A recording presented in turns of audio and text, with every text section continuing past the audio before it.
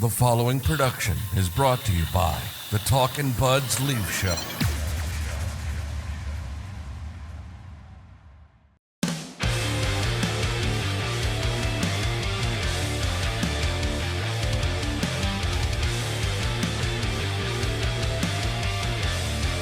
If you were going to show the recipe for success with this Toronto Maple Leaf team, if you were going to take a snapshot of like what does this team firing on all cylinders look like?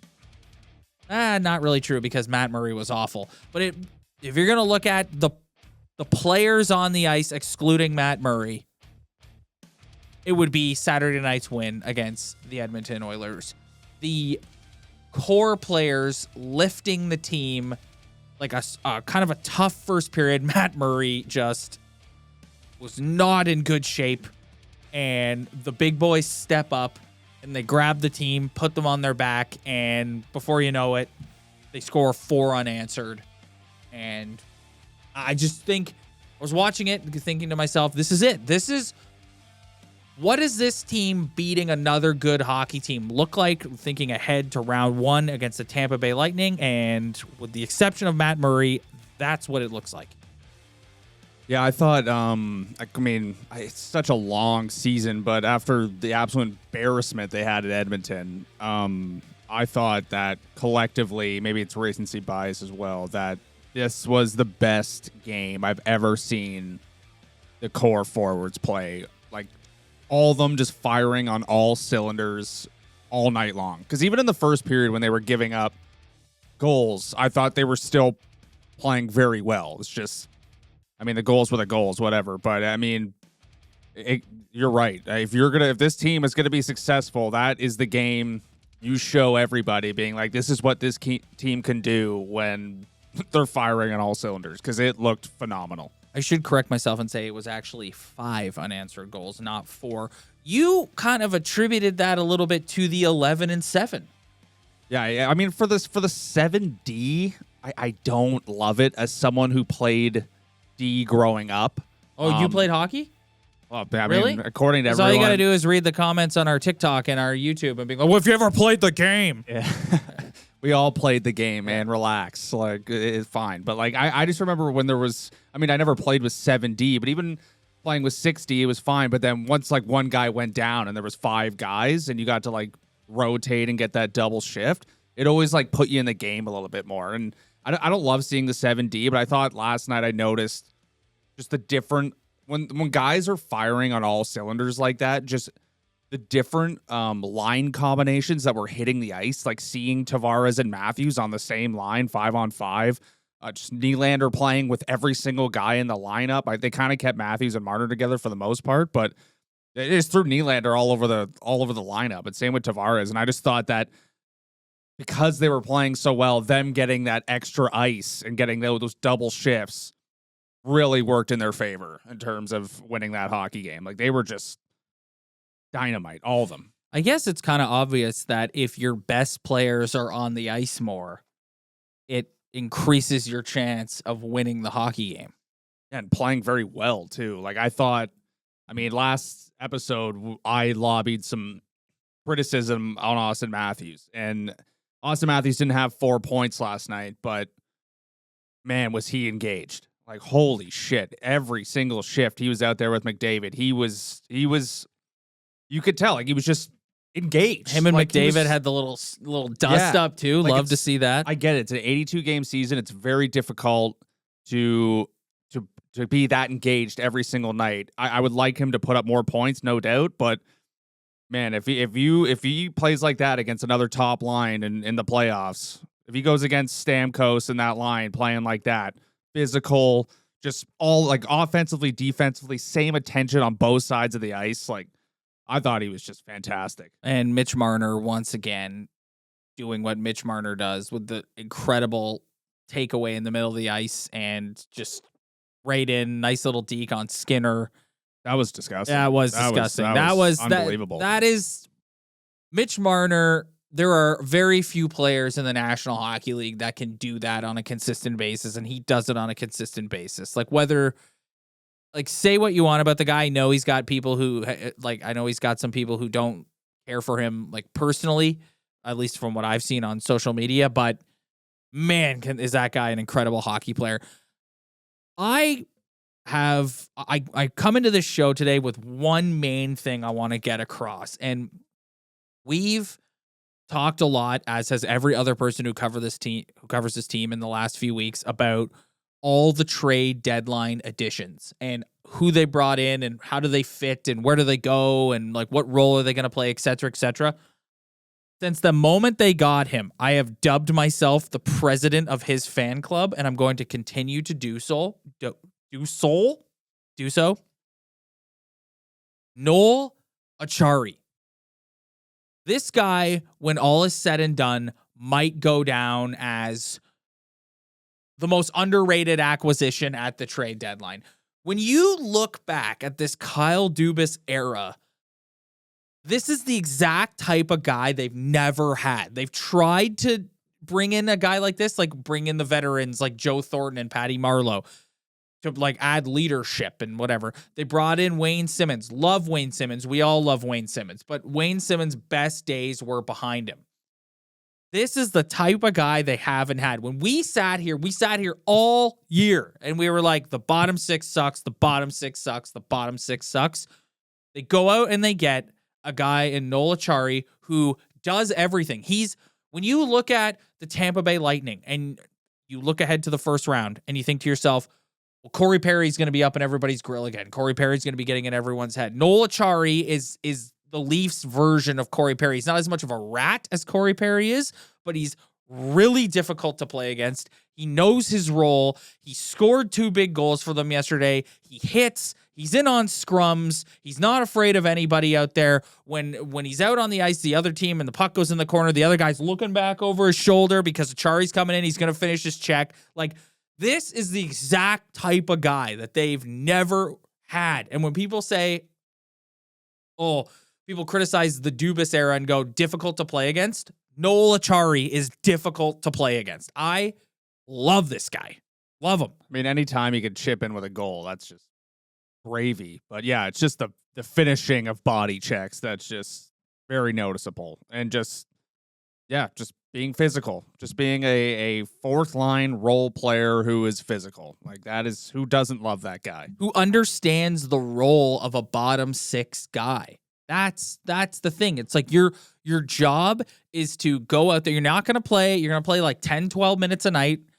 You're going to go out there.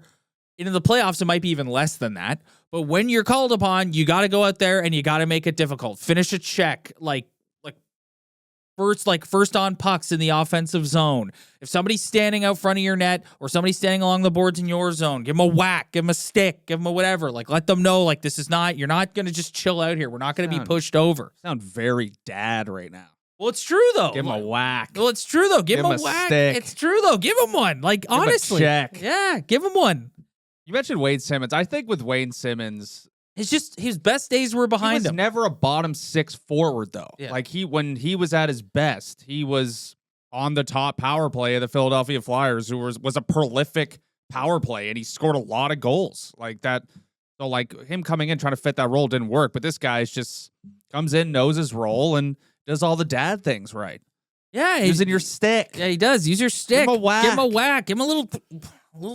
Put your glove in somebody's face. Yeah, after give him the a little whistle. face wash at the end of a scrum. Now you got to mention. I think now you have to mention the other guy, Sam Lafferty. Oh, well, there was a couple moments last night where there's a scrum out front of the Leafs net, and there's Jake McCabe and Sam Lafferty right in the middle of it. Like, that is important. That stuff is important. I know there's a huge segment of the fan base that doesn't think that's important. It's very important. I think with Lafferty, I think what I saw is just what a valuable asset to have a guy who can play center.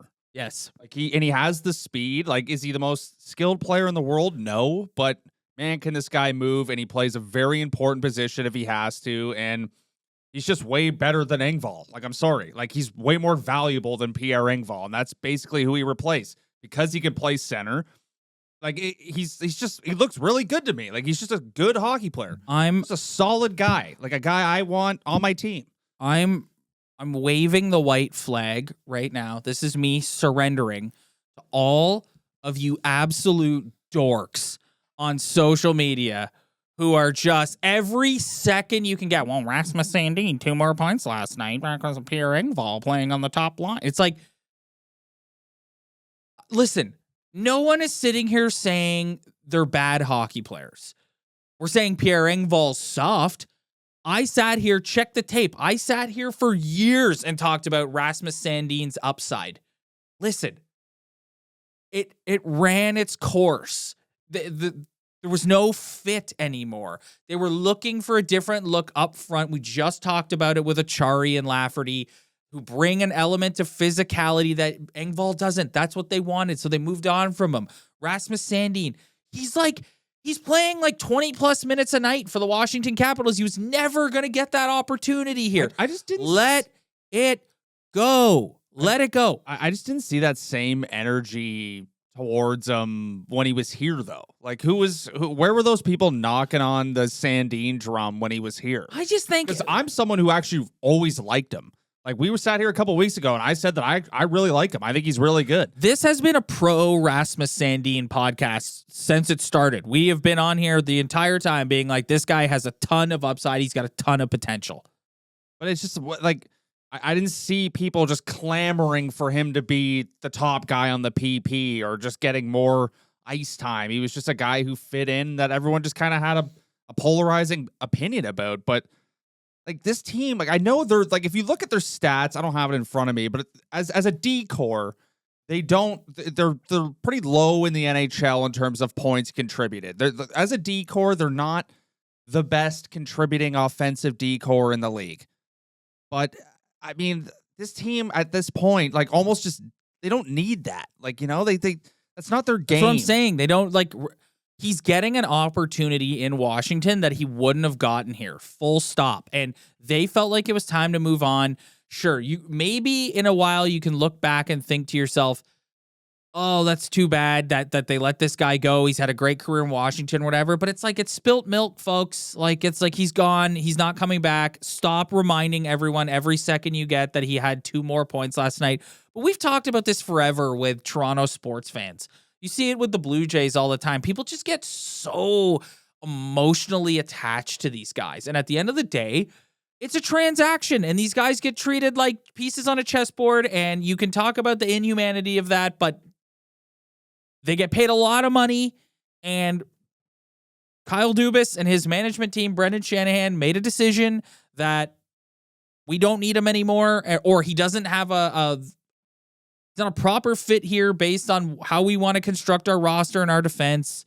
So it's just like, man, I'm just every time you open it up, there's some dork on Twitter who's just like, oh, another big night for Rasmus. It's like, oh my God, man, let it go. Be happy with what you have now. It's a good hockey team who beat another good hockey team last night, came from behind, overcame a brutal performance from their goaltender, and we're marching into the playoffs. Like, focus on that. Stop worrying about what Rasmus and Engvall are doing. Yeah. See that rant? I just bought so much time for you to look up stats on your laptop. I know. I still can't even find it right now. But yeah. I mean, it's just like, whatever. Like, it's over. Like, he's gone. Get over it. Fine. Are you? It's nice having a defenseman who's slotted in with TJ Brody, where clearly, from what I've seen, the ice time for both these guys, that Morgan Rielly's now on the second pair, and your top pair is TJ Brody and Jake McCabe. Which I think is a good thing for everyone involved. I think getting Morgan Rielly away from the big boys and being less defensively responsible, which is when he really struggles, and letting him wheel and deal a little bit more offensively, that's a winning formula for Morgan Rielly. So, you know what? I just said Acciari might go down as the most underrated. Getting Jake McCabe for 2 more years at $2 million after this is a stroke of absolute. That's incredible. That's an incredible job by Kyle Dubas. Incredible job. But I mean, I am like this next little stretch here, like in the season, like you just look at the schedule and how frantic it is and how much hockey they have to play from now between I think April 11th is like the last day of the season. How many more pods is that? Like 4, 5, 6? Yeah, Like I am itching towards like I am really itching towards April this. 13th is their last game of the That's pretty season close. against the New York Rangers. They play a lot of good teams. Yeah, they coming play a up. lot of good teams. Like if Like you look a at lot of interesting divisional opponents. They play the Hurricanes twice. Hurricanes twice. They Play got the Panthers twice. They play the Panthers 3 times. Yeah, they do. Panthers 3 times. They got the Bruins once. They got the Sabres in here somewhere. The Sabres up next, actually. They got the Rangers, the Lightning again. Like it's not. You know what though? That's what you want. Are you concerned at all about Matt Murray?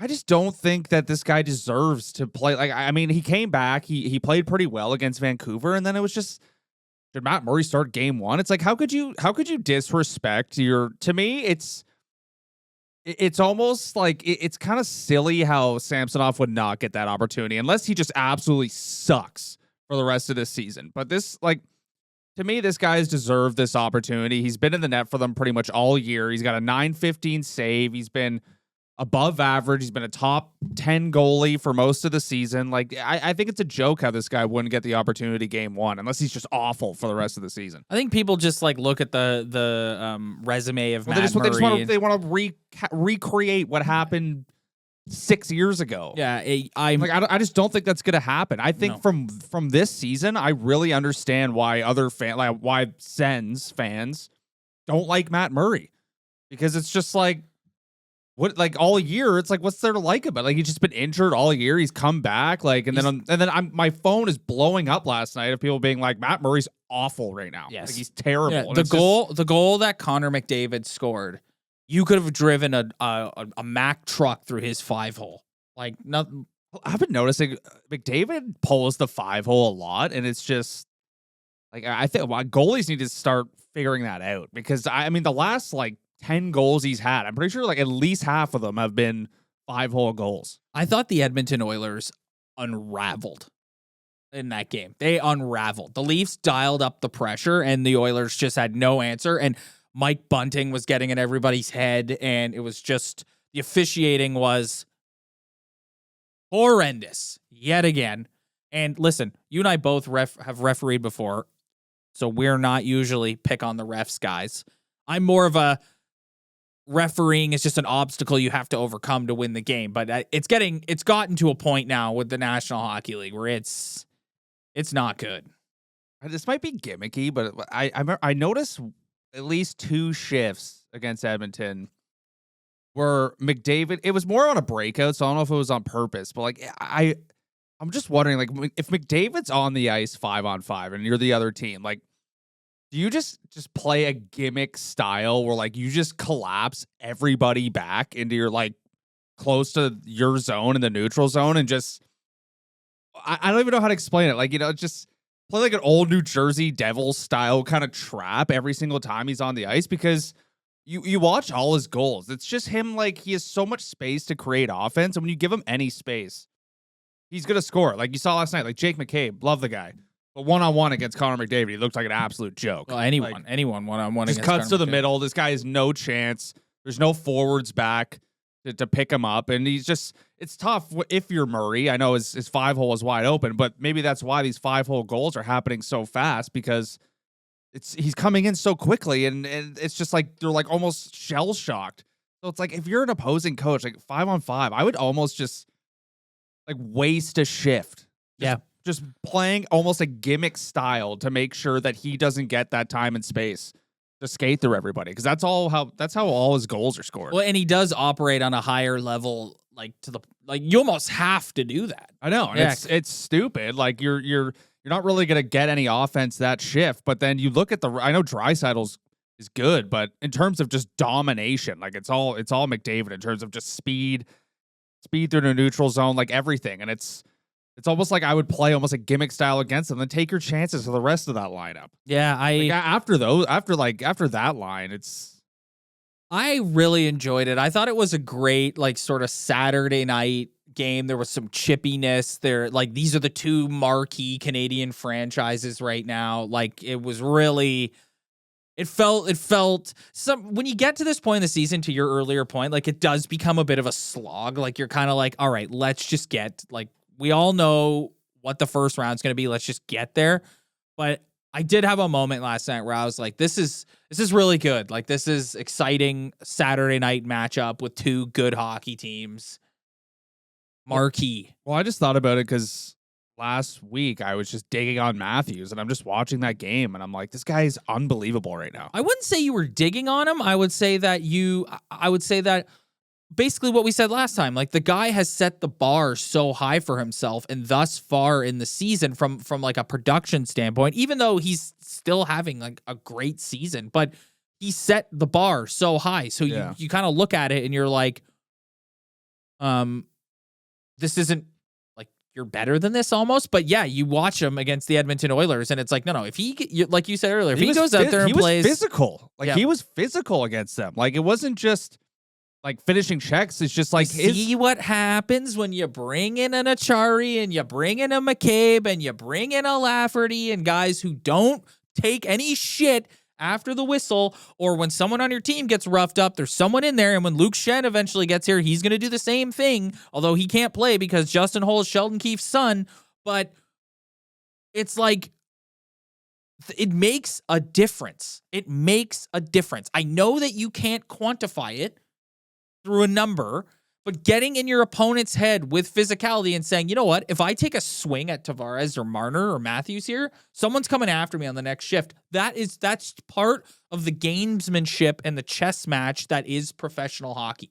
Sorry, it is. And he was playing like a guy who looked embarrassed about the effort he gave at Edmonton. Yeah. Like, he got embarrassed that night. Well, and he's also heard the talk about like, you know, like, for years, it's been, people said Matthews, McDavid 1A, and I think McDavid's kind of laughed, or McDavid 1 and Matthews 1A, excuse me.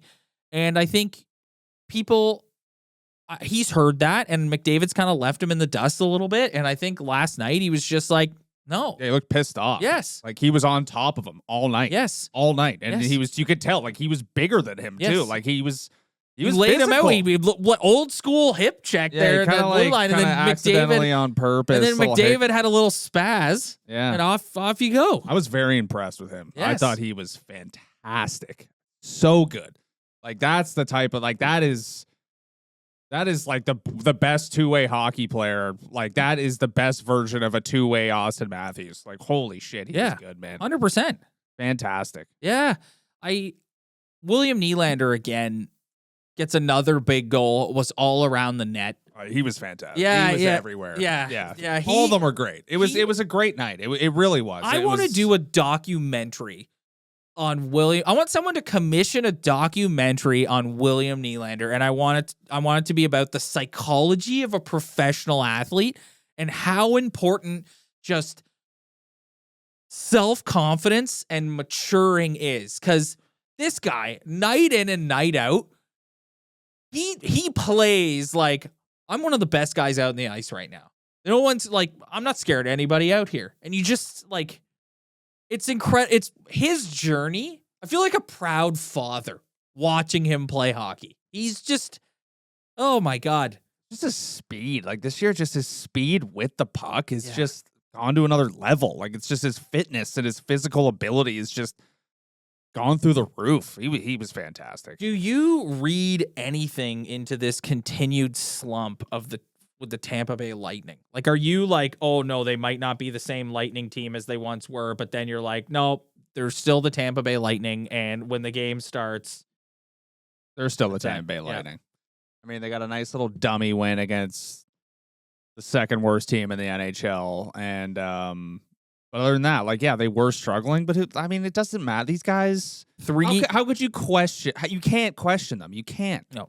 I think they're very due for a first-round exit. Don't get me wrong. I think if the Leafs come in and play anything like they did against Edmonton, like, they could win that series. I know they can win the series. I know they can. I honestly felt that way last year. But you can't. Like, these guys are going to show up. Like, they're going to show up. 3-4-3 in their last 10. Vasilevsky's numbers aren't great. No. So, I mean, But again, he's just no, you doesn't can't matter. question Yeah. them. You can't. Yeah. It's 3 years. 3 years in a row. You can't question them. How can you? You can't.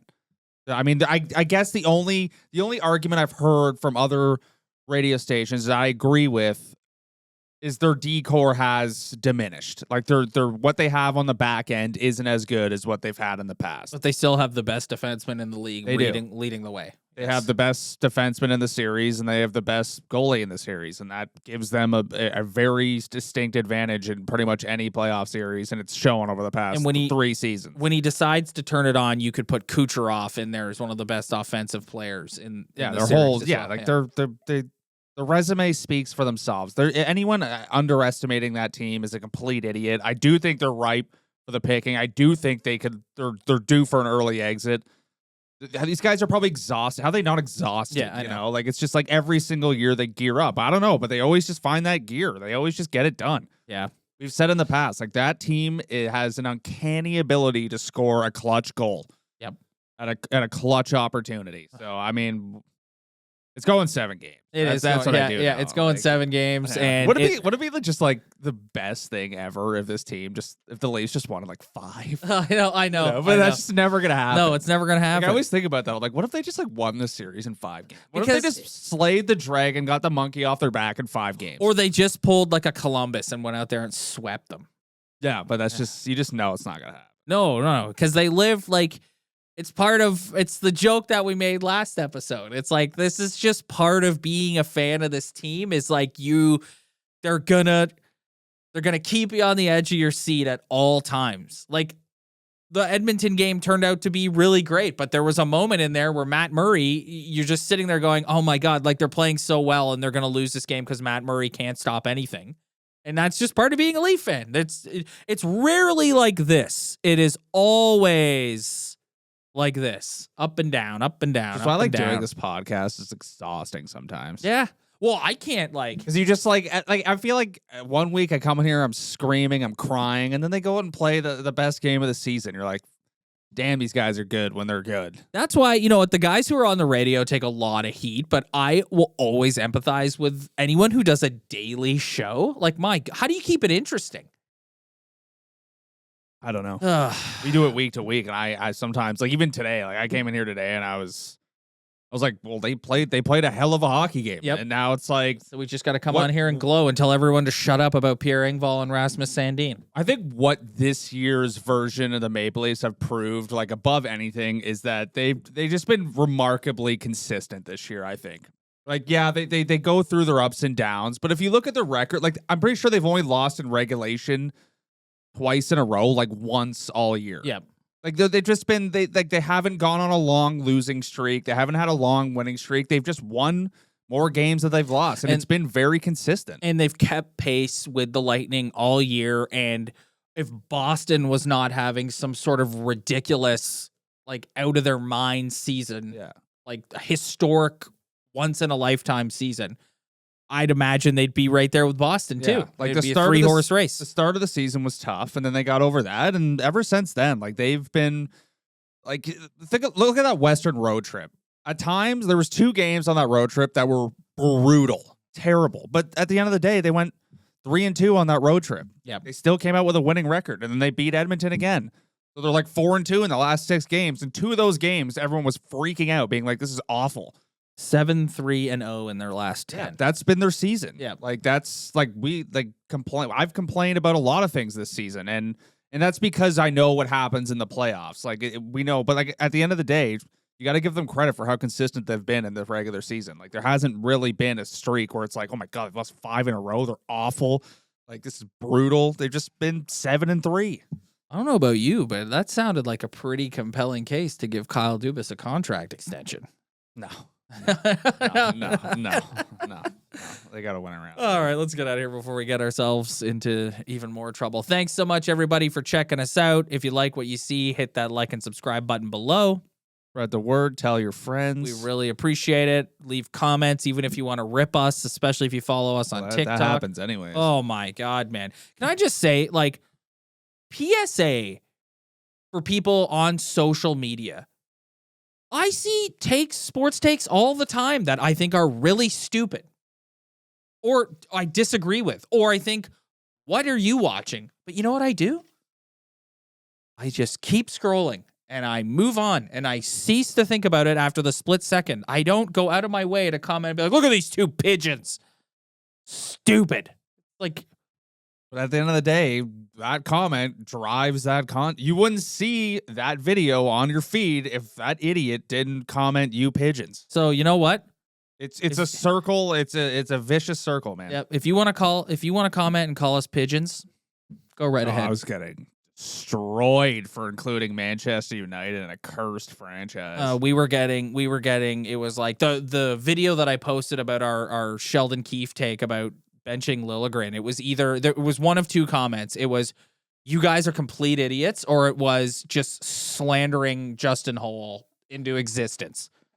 And it was like, listen, I didn't say benchmark Giordano. No. I just said it just said give him a little load management. Yeah, just like if you want to, instead of doing 7D, like, we know Mark's in the lineup. Like, I love Mark. There is no doubt. Love Mark. I love Mark. There's no doubt that Gio is in the lineup for game one. It's just the guy's 39. You want him to be his peak physical condition and ready to go for game one. Like, that's all we're saying. I would even make that argument at times with Tavares. No, we don't need to defend ourselves. Yeah, we don't need to defend. No, I'm not need to defend. Yeah, if you don't like it, yeah, click off. Thanks, everybody. We'll see you next time.